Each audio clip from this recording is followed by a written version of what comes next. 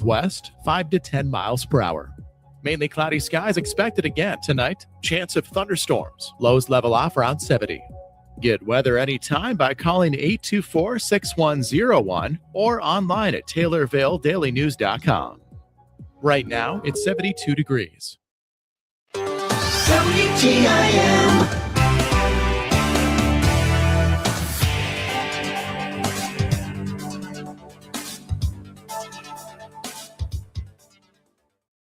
You're listening to WTIM, your information station. Time now for your expanded local news. I'm Reed Kamai. The Taylorville Public Library Board of Trustees released a statement in regard to finding a new library director. That statement is as follows.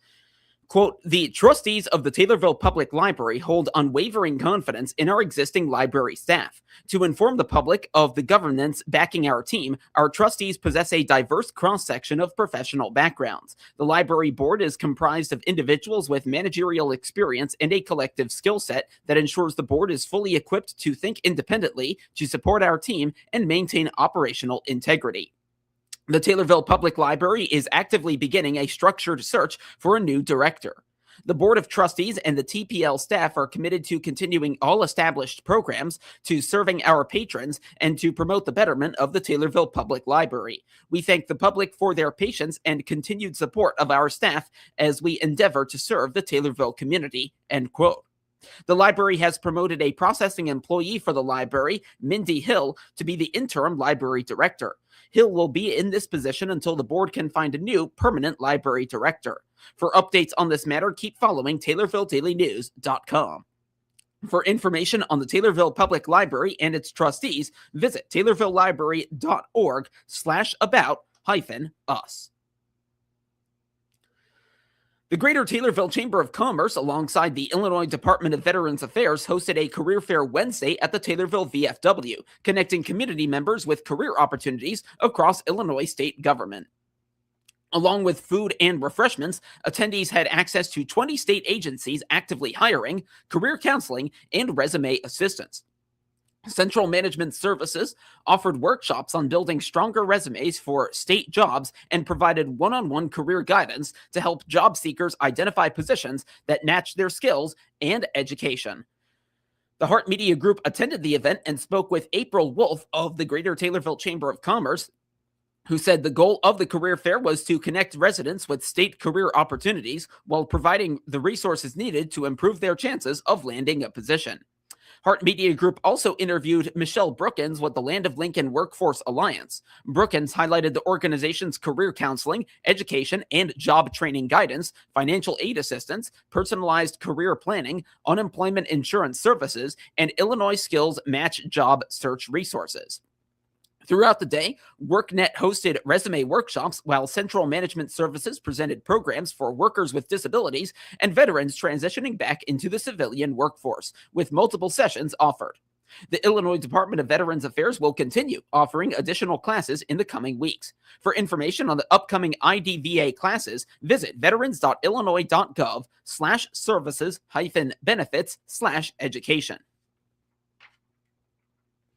Taylorville Memorial Hospital is celebrating more 5-star ratings from the Centers for Medicare and Medicaid Services for their work. The healthcare provider earned the top rating in the areas of patient recommendation and nurse-patient communication. This accolade goes with their previously earned 5-star rating for hospital cleanliness, along with a 4-star rating overall. Regarding the communication recognition, President and CEO Aaron Pubauer emphasizes the importance of that aspect in patients' care and recovery. It's a core piece of the overall quality of care. We talk a lot about the technical things that patients see, whether it be different testing and things like that. But overall, the true quality of the patient experience also really relies on the ability for patients to understand their condition, understand why they're in the hospital, how we're going to help them improve their health and get better. So a lot of the questions that CMS takes a look at around for how well were patients treated for courtesy and respect. How well did the hospital members actively listen to the patient's concerns? And how well did we clearly explain what was happening in the patient's care and help them with discharge planning to get home and be healthy once they're home and out of the hospital? So overall, just courtesy and respect, active listening, and really meeting their expectations. Pubauer says TMH has refined its staff protocols by, among other measures, introducing bedside shift reports. These reports are designed to keep nurses in later shifts informed of patients' conditions so the patient does not have to do so. But the bedside shift report occurs between our nursing staff whenever they're handing off care for patients. So whether it be at the beginning of the shift in the morning or the end of shift in the evening, when they're handing off patient care between nurses, they have bedside shift report between those nurses as well as the patient to explain what happened in that shift before, where they're at in the process of care overall for that patient, and where they anticipate things happening over the next 12 hours while the new nurse is coming on to take care of the patient. So really clear communication between the nurses switching shifts as well as the overall patient, what's going on with their care. So great things there overall. The other notable factor is multidisciplinary rounding. It involves keeping doctors and nurses informed on the entirety of a patient's condition, not simply the issue the patient originally presented with. It includes our medical staff, or our physicians caring for those patients, our nursing colleagues, as well as our rehabilitation colleagues. So physical therapy, occupational therapy, speech therapy, all actively involved, as well as our discharge planning to make sure we're planning for what's going on with that patient each and every day of their care, and getting that patient well prepared to go home after their stay at our hospital. So overall, just two very effective processes to improve communication for our patients on a regular basis. So a lot of times physicians rounded without the nursing colleagues, the therapy staff involved, as well as our discharge planning team. And then you have the doctor communicating certain things, you have the nursing staff communicating certain things. Therapy may see the patient later in the day and have different communication. But when they're all there together, it's kind of one unified message, and everybody's on the same page to say, okay, here's what's going on across the different facets of care for this patient. So the patient gets an overall update of what's going on with a variety of different disciplines. But then also our care teams are fully on the same page with that patient. As for the accolade on recommendation, TMH's success is measured through patient survey responses on whether they would recommend the provider to others. It's just simply a question that's kind of simply stated that says, would you recommend this hospital to your friends and family? So as we kind of take a look at this, the highest, overall feeling we get is when people recommend us to others. I think as a business, you take a look at any type of business in the industry. If others that have used your business would recommend it to their friends and family, that's just a major compliment. So being able to be rated 5 stars in this area is just a huge compliment to our staff and the quality of care they give every day, that others would say, hey, I would receive great care at Taylorville Memorial Hospital. I think you will too. So it's really a great thing for the hospital to be recognized in that manner. More information on Memorial Health is available at memorial.health. Aaron Pubauer appeared as a guest on the WTIM Morning Show.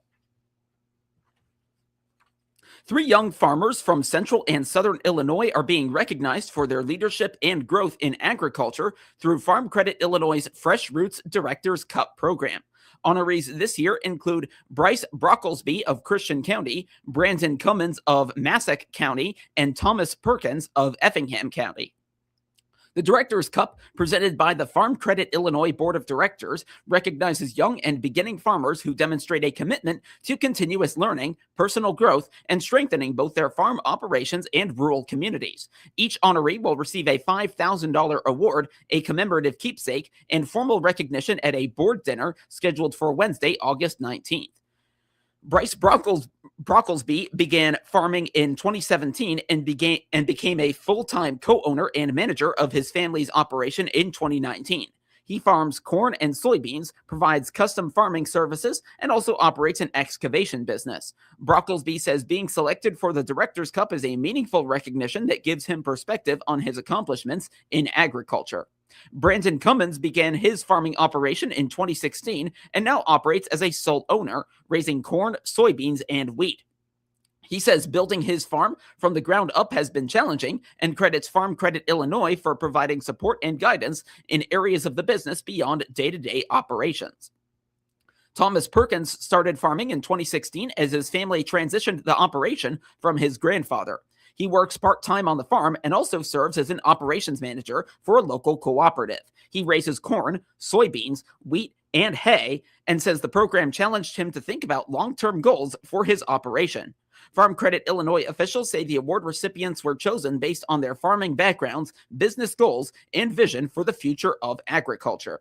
Profiles of each Director's Cup honoree can be found at farmcreditil.com/Director's Cup. The Christian County YMCA has a busy upcoming month with respect to recreational programs. Early bird registration for their fall soccer program is open now, and their youth swimming lessons will continue in the coming weeks. Basketball has been a popular sport in terms of camps and competitions, and a basketball tournament is planned for later this month.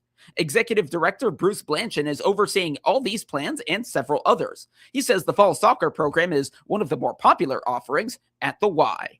Yeah, so the fall soccer program, really the last few years, our spring and soccer program have grown significantly.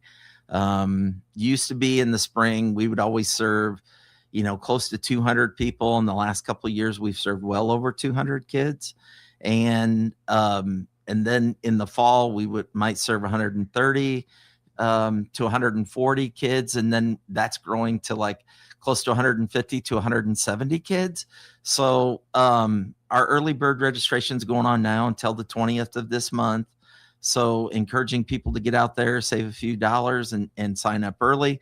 But Tanner does a great job. He has a great program. Tanner Jones is our program director. And the program, our soccer program's fantastic. And it gives every kid an opportunity to play a team sport that, I always say anybody could play soccer because anyone can run up and down the field. Blanchard expects the enrollment to be even higher than usual this fall, thanks to the ongoing FIFA Men's World Cup. So generally when you have the World Cup, right, USA is doing great right now. They play tonight. So hopefully everybody's tuning in, but we do see that. We see that, there might be some kids or some families who might not have played, but yet kind of they got him into it by watching the World Cup. And it's the same with the Olympics. Sometimes, you have the Winter Olympics or Summer Olympics, and it has a definite impact on the YMCA youth sports. That conversation took place on Monday before the United States' match against Belgium in the round of 16. Belgium won that match 4-1, so the U.S. are now out. As for the youth swimming lessons, the YMCA's next sessions begin this coming Monday. They have several groups based on age and experience. Our next session will start on July 13th, and it's our goal to serve as many kids as we can. It's been difficult the last few years trying to get swim lesson instructors, but we finally have 3 to 4 gals who are out there kind of teaching swim lessons. And I think it's a vital skill that every kid needs to know. And I don't know, at some point I would like to work with, we do have some schools, Vision Way, Morrisonville, St. Mary's, but it would be great if we could try to serve all schools in Christian County that maybe offer a learn to swim program by a certain grade, just because it is a life-saving skill. And, so many people take vacations and they vacation around water. It's pools, it's lakes, it's oceans. And you want your kids to have that skill of knowing how to swim. The Christian County YMCA will organize a youth 3x3 basketball tournament to take place at the Pena Popcorn Festival on Saturday, July 25th. I think they get started around 9 a.m., maybe a little before that. We're going to host a 3-on-3 basketball tournament for kids in 3rd, 4th, 5th, 6th grades. And so we have a few teams signed up now. It's our goal to make sure that we could get 4 teams in each age group. But we'll be playing there at Kitchell Park in Pena, and we'll also be offering a couple fitness demonstrations with yoga and another adult stretch fitness class. So we're happy to be involved and happy to be representing, the YMCA in Pena which is in Christian County, and to really kind of branch out and help them as well. On the topic of basketball, on July 1st, the YMCA's facilities hosted a basketball camp, which former Tornado player Allison Duncan, of course formerly Allison Curtin, organized. Blanchard noted that she regularly visited the Y to practice and play while growing up in Stonington. From 91 to 2003, I was a program director, and there were times, we would play noon ball, and there were times that some of those girls would get out of school and they would come and they would play against the guys. And that group was really talented. And so, yeah, watching them kind of grow up and seeing them excel was pretty cool. Did you get to visit the camp on Wednesday? I was not in the office on Wednesday. I was actually out last week, but Mike and the staff said that they did a fantastic job. They coordinated and organized everything.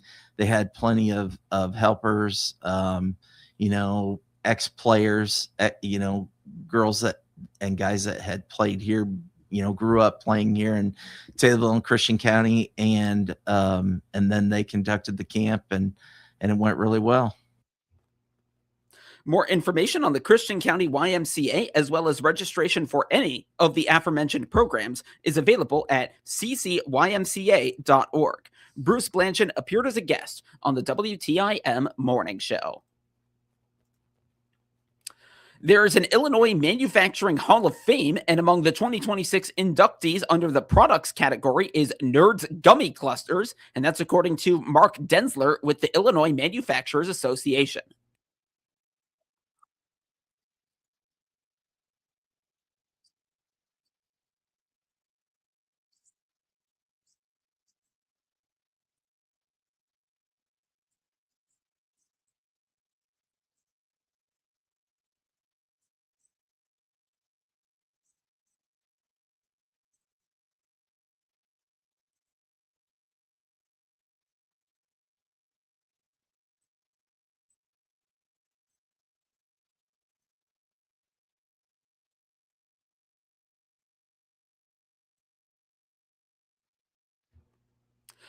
Other products winning induction into the Illinois Manufacturing Hall of Fame this year include Eli's Cheesecake, White House China, produced by Picard China in Antioch since 1893, and Spray Paint, which was patented by Edward Seymour of Sycamore in 1949.